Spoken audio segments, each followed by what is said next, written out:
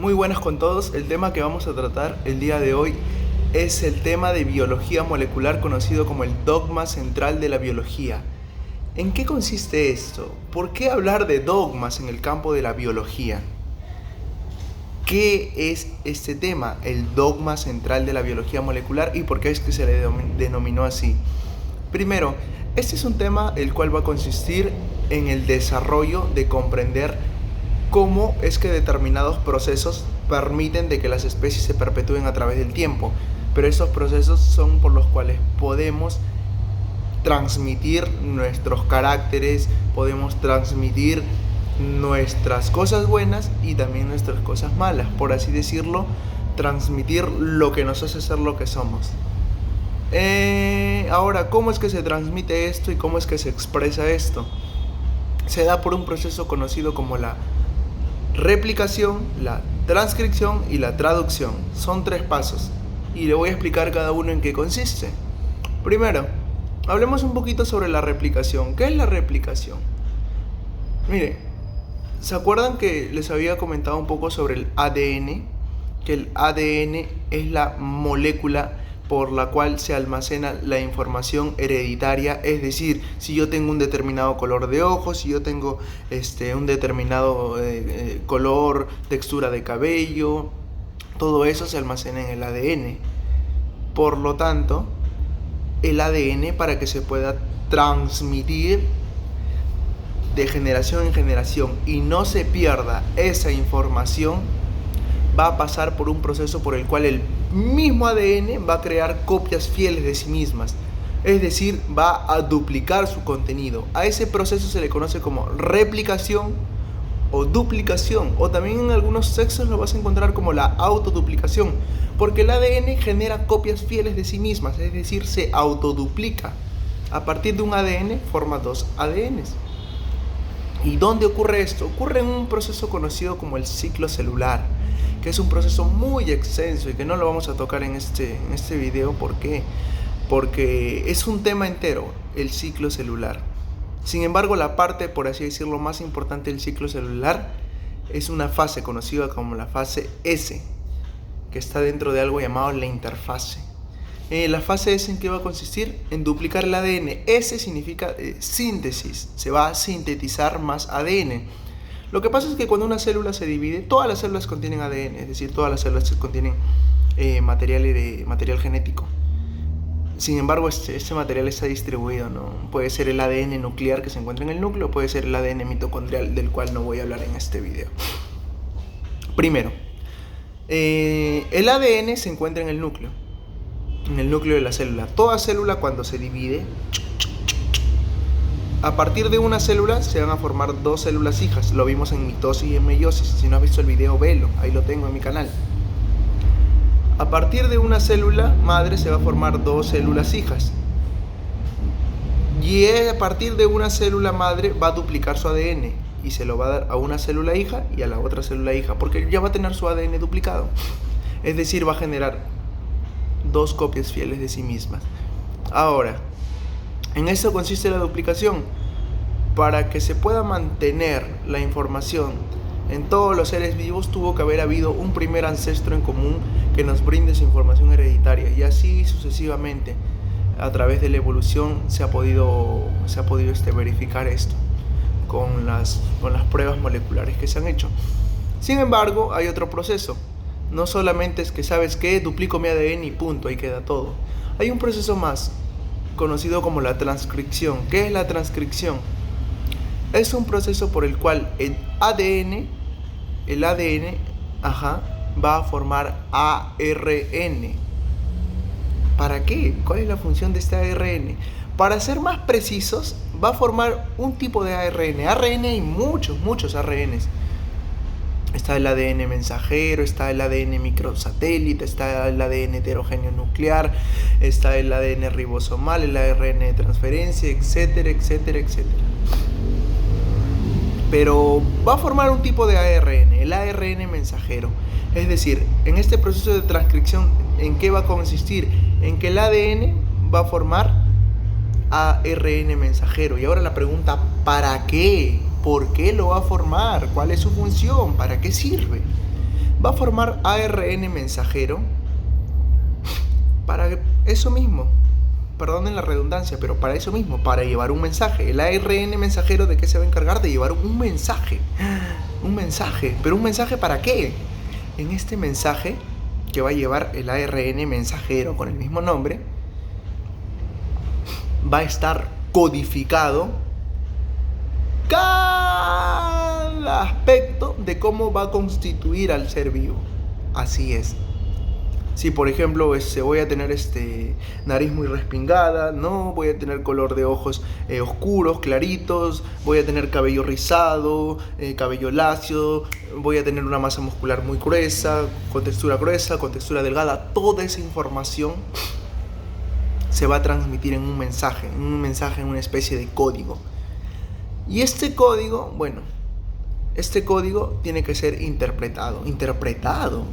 ¿Interpretado por qué? Porque así como ustedes saben, en el proceso de la comunicación, así como hay un emisor, hay un receptor. El que va a emitir el mensaje va a ser el ADN, pero ¿quién lo va a llevar? El ARN mensajero. Y ahora, ¿quién lo va a descodificar el mensaje? Quien se va a encargar de descodificar el mensaje va a ser otro ARN. Sí, otro ARN, el ARN ribosomal. Que en realidad el ARN ribosomal forma parte de lo que es el ribosoma. ¿Qué es el ribosoma? El ribosoma es una estructura que se encuentra en la célula, que se encuentra en el citoplasma. ¿Y de qué se va a encargar el ribosoma? El ribosoma va a formar proteínas, así como lo oyen, va a formar proteínas. Si no han visto mi video de proteína, recomiendo véanlo para que puedan entender qué es una proteína. Pero en síntesis, una proteína es el conjunto de aminoácidos, así de sencillo, nada más. ¿Y qué son los aminoácidos? Las estructuras o las unidades estructurales por las cuales está formada una proteína. Una proteína es una cadena larga de aminoácidos, es decir, acá tengo una bolita, acá tengo otra bolita, otra bolita, otra bolita, otra bolita. Tengo que juntar como mínimo 50 bolitas para llamarlo proteína. Pero por lo mientras no se va a llamar, si tengo 20 bolitas no se va a llamar proteína, se va a llamar simplemente aminoácido. Como los aminoácidos están unidos por un enlace conocido como enlace peptídico, se les va a llamar péptidos. Si son más 2 bolitas, dipéptidos. Si son 3, tripéptidos. Si son más de 4, simplemente polipéptidos. De repente van a escuchar este lenguaje, ¿no? Bastante en el campo de la biología. ¿Qué es un polipéptido? Simplemente es el conjunto de aminoácidos de 3 hasta 49 aminoácidos, porque de 50 más ya es una proteína. A ver, ¿dónde nos quedamos? Nos quedamos de que el ARN mensajero iba a llevar el mensaje. ¿A dónde lo iba a llevar? Al citoplasma. ¿A qué parte del citoplasma? Donde se va a encontrar una estructura conocida como el ribosoma. En realidad es una organela de la célula. Así como nosotros tenemos órganos, la célula es como un ser vivo en miniatura. Y ese ser vivo en miniatura va a presentar lo que son, por así decirlo, órganos, pero no se les va a llamar órganos, se les va a llamar organelas. Un mejor léxico, organelas. Una de esas organelas, que es la más importante, por así decirlo, en este tema, es el ribosoma. ¿Por qué?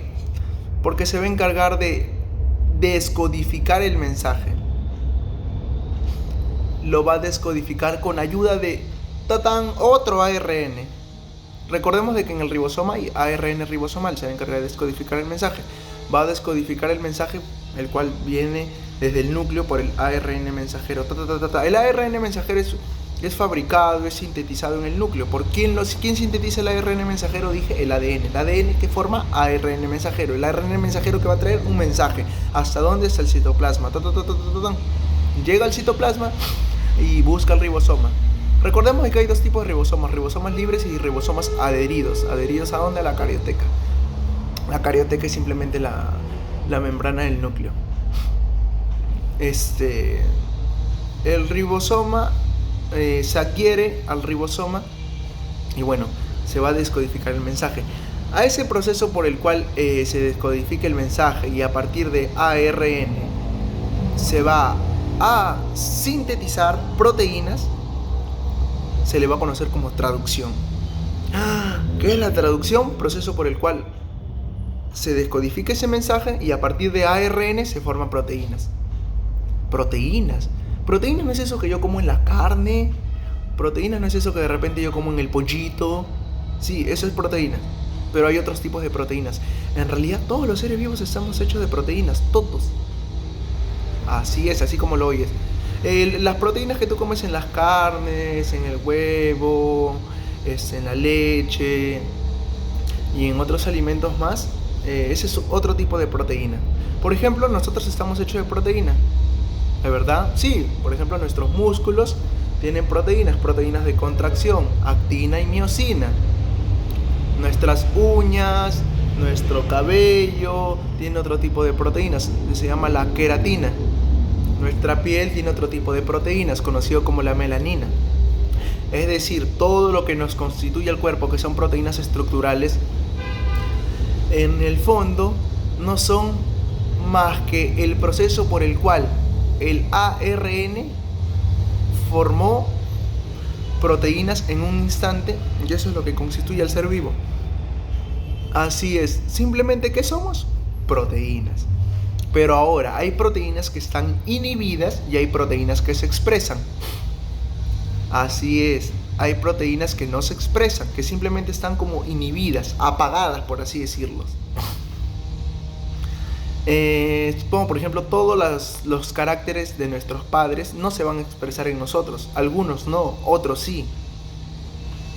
Es por ello que todas las proteínas no se expresan. Sin embargo, recordemos este proceso. ¿Qué es la traducción? Proceso por el cual el ARN va a formar una proteína. ¿Qué es la proteína? Lo que constituye al ser vivo. Eso es una proteína. En el caso de las proteínas estructurales, todo está hecho de proteínas. Ya, y algo más. Este mensaje que está trayendo el ARN mensajero lo va a traer en una especie de código. Este código va a estar compuesto por 3 letritas. Estas 3 letritas por las cuales va a estar compuesto el código pueden ser cualquiera de estas letras. Puede ser A, U, G, A, U, G. Puede ser así, mira. A, U, G. Adenina, guanina. También puede ser la C. Mira, estas 4 letritas pueden ser. Pero simplemente el código va a venir compuesto de 3 letritas. A, U, G, A, U, C, A, U, G, U, G, A, y así puede tener varias combinaciones. Si te das cuenta, está compuesto por 3 letritas. Esas 3 letritas, si has visto mi video de ADN, está, por así decirlo, una de esas letritas, cada una de esas letritas forma un nucleótido. Es decir, en cada letrita que va a haber, por cada letrita forma un nucleótido. En cada letrita que va a haber, un nucleótido, un nucleótido, un nucleótido, 3 nucleótidos. A esas letritas se le va a llamar, por así decirlo, bases nitrogenadas. Y a esas 3 letritas en conjunto, ¿qué forman? Un triplete. A ese triplete se le va a llamar codón. ¿Qué es un codón? Un triplete de nucleótidos. ¿Qué es el nucleótido? La base estructural del ADN. Si no has visto mi video de ADN, velo, porque te va a ayudar a entender este tema. ¿Qué es? Son estas 3 letritas. Son un triplete de nucleótidos. Triplete, ¿por qué? Porque hay 3 letritas. Nucleótido, ¿por qué? Porque el nucleótido es la unidad estructural que constituye el ADN. Ya, por medio de esas 3 letritas van a estar formado el mensaje. Y si tú te das cuenta de estas 3 letritas, las puedo formar por varias combinaciones: AUG, UGA, GUA, GAU, ya. En realidad esas letritas significan adenina, guanina, uracilo, etc. Pero vamos, sigamos. Ahora, este mensaje va a estar en una especie de código. Si te das cuenta, hay 3 letritas. Si la armamos en grupos, en realidad hay 4 letritas, pero el codón constituye 3 letritas. Si ya hay 4 letritas, imagínate que las queremos armar en grupos de 3, como lo habíamos dicho, para que forme un codón. Pero ¿cuántas letras son? 4 letras, A, U, G, C. De estas 4 letras, ¿en cuántos grupos lo voy a armar? En grupos de 3. En grupos de 3 también puede ser así, UGC. Ya, esas letritas que las estoy armando en grupos de 3, le dije que se iba a llamar codón. Ahora, quiero que presten atención a esto. Si son grupos de 3 y son 4 letras, voy a multiplicar, como son grupos de 3, voy a multiplicar, y son 4 letras, 4 por 4 por 4. Porque ¿cuántas letras son? Son 4 letras.